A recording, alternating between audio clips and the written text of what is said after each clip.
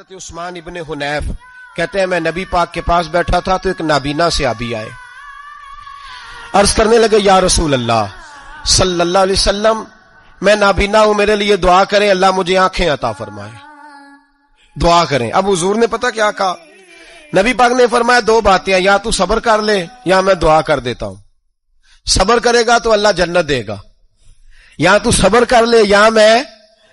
صحابی بڑے پیارے تھے، کہنے لگے یا رسول اللہ جنت تو اللہ اپنے فضل سے دے گا ہی، میں نے نہیں صبر کرنا، مجھے آنکھیں چاہیے، اور پھر یہاں آ کے صبر کروں، این خزانے کے پاس جا کے صبر کروں؟ حضور میں نہیں صبر کرتا، آپ دعا کریں۔ نبی پاک نے دعا سکھائی، فرمایا دو نفل پڑھ جا کے اور دو نفل پڑھ کے میرے وسیلے سے دعا کر۔ کیا کر؟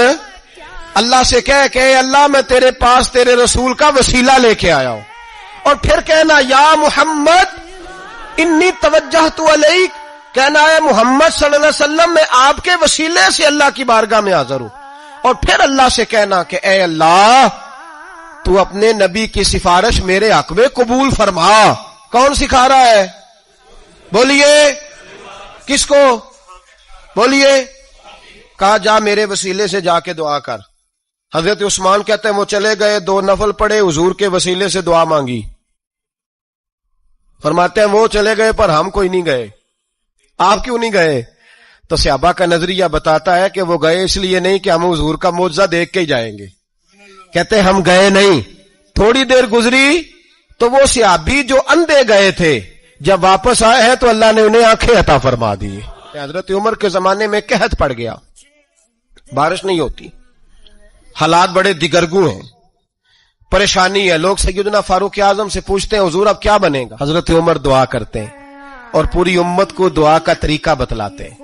حضرت عمر کہتے ہیں اگر قبول کرانی ہے تو یہ طریقہ اختیار کرو، اگر اللہ کی بارگاہ میں دعاؤں کو مستجاب کرانا ہے تو یہ رنگ ہے جو امت مسلمہ کو میں سکھا رہا ہوں۔ حضرت عمر نے جناب سیدنا عباس رضی اللہ تعالیٰ عنہ کو کھڑا کیا سامنے اور دعا فرمائی، اللہم انا نتوسل الیک بنبیک، اے اللہ ہم تیری بارگاہ میں تیرے نبی کے وسیلے سے دعا کرتے ہیں، فتسقینا ہمیں بارش عطا فرما۔ ہمیں کس کے وسیلے سے؟ حضور۔ اور پھر کہا اللہم انا نتوسلک بام نبیک، اے اللہ ہم نے اپنے نبی کے چچا کے وسیلے سے بارش عطا فرما، اے اللہ ہمیں اپنے رسول کے چچا کے وسیلے سے حضرت عباس کے وسیلے سے بارش دے۔ صحابہ کہتے ہیں جب ہم گئے تھے دعا مانگنے تو خشک سالی تھی، اور جب گھروں کو آ رہے تھے تو ہمارے کپڑے